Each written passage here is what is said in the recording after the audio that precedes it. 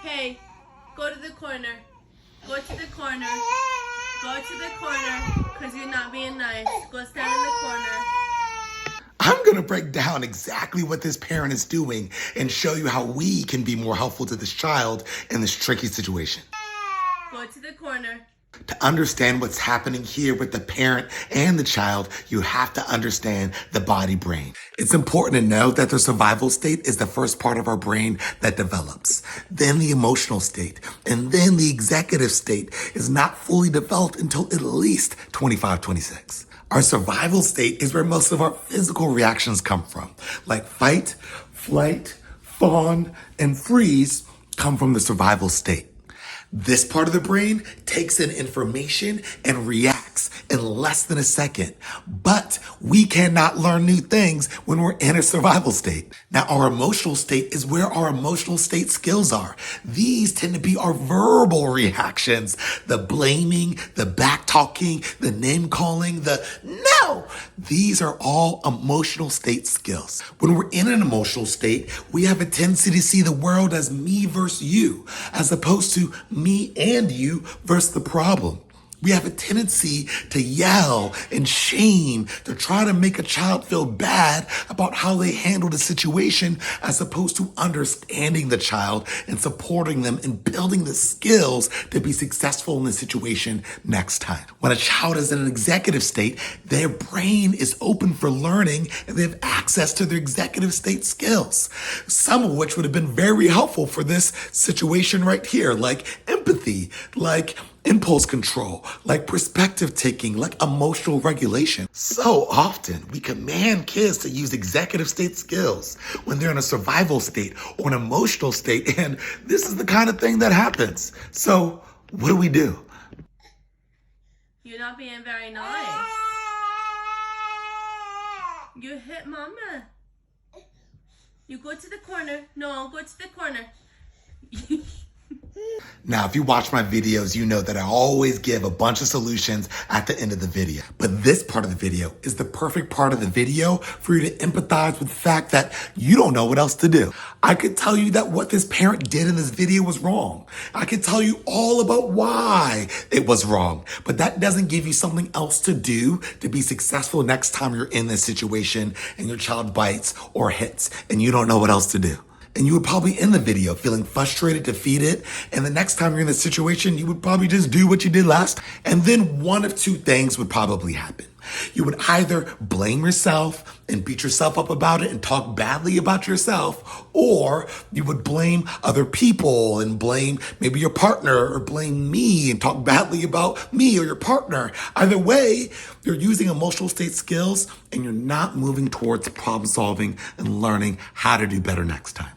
And absolutely no shame towards this parent.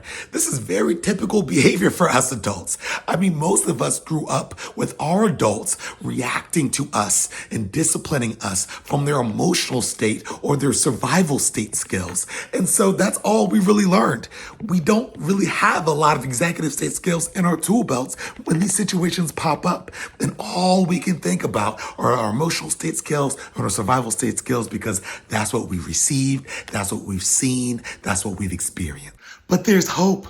We can learn to self-regulate and solve problems with our executive state skills rather than reacting to problems with our survival and emotional state skills with things like hitting, running away, name calling, shaming, blaming, yelling. We can use more connection and collaborative based approaches.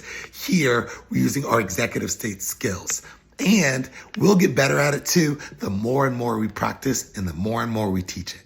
Now, I'm about to give you a bunch of solutions on what you can do if your child is biting or hitting. Now, in this situation, the child is alone, so I assume the child is hitting or biting the parent.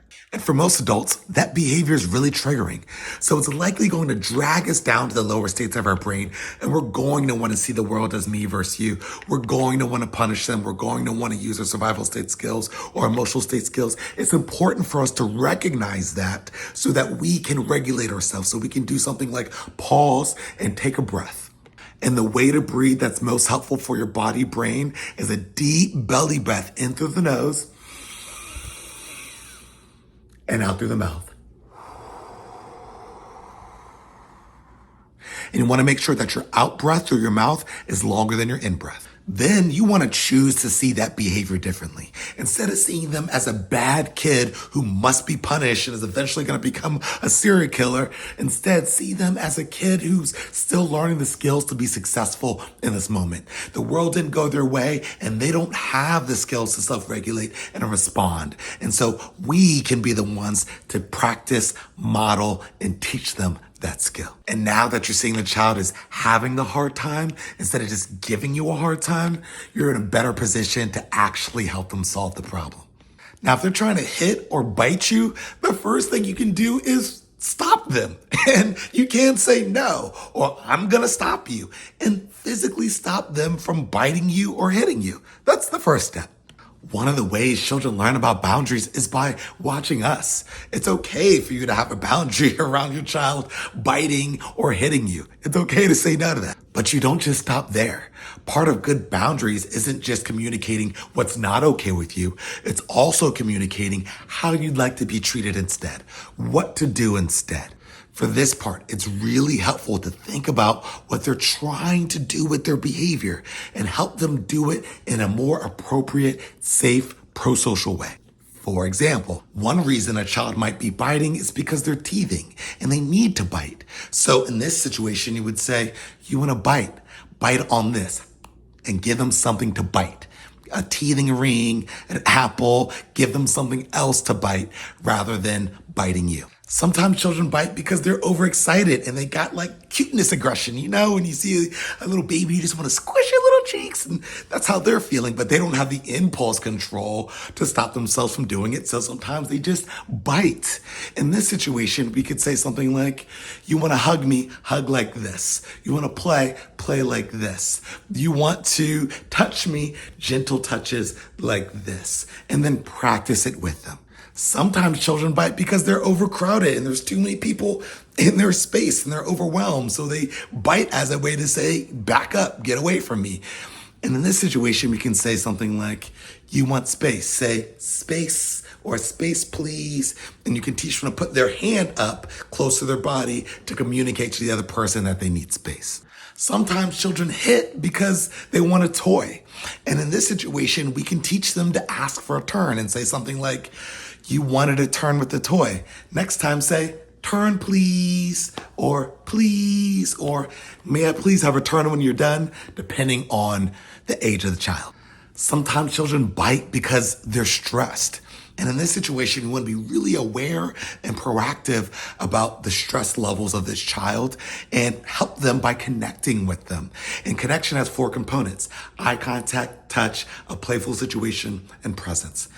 If stress is the cause of the biting, we want to be very proactive about giving them that connection on the front end so they don't bite on the back end. And while we're talking about being proactive, there are so many different kinds of teething rings, even ones that are necklaces, so that no matter where they are, they have something to bite other than another person. And if they try to bite you and you say no, and they're upset by that, that's okay. Let them be upset. It's okay for them to have feelings about the boundaries that you set. Your job isn't to control their feelings. Your job is to be with them in their feelings. So they might get upset, but you can still be empathetic to their upset, their disappointment that it didn't go the way that they were hoping it would go. But as they start to regulate and they feel a felt sense of safety from you and connection and belongingness and understanding from you, you will be able to practice with them the skills that they need to be successful next time they're in the situation and they want to bite or they want to hit. Now, as you start to make this shift and you start focusing more on solutions instead of focusing on the problems like you were before, it's going to take some time for you to get it. You're not going to be perfect at it. Don't expect for yourself to be perfect at it, and your child's not going to be perfect at it as you're hoping their behavior changes too. As you're practicing different skills with them, they're going to mess up. They're going to make mistakes, and remember, those mistakes are opportunities for learning. You're not going to be perfect. They're not going to be perfect. Give yourself empathy and grace, and then extend that grace and empathy to them too. Remember, avoid being a perfectionist, be an improvementist. The goal isn't to be perfect every day.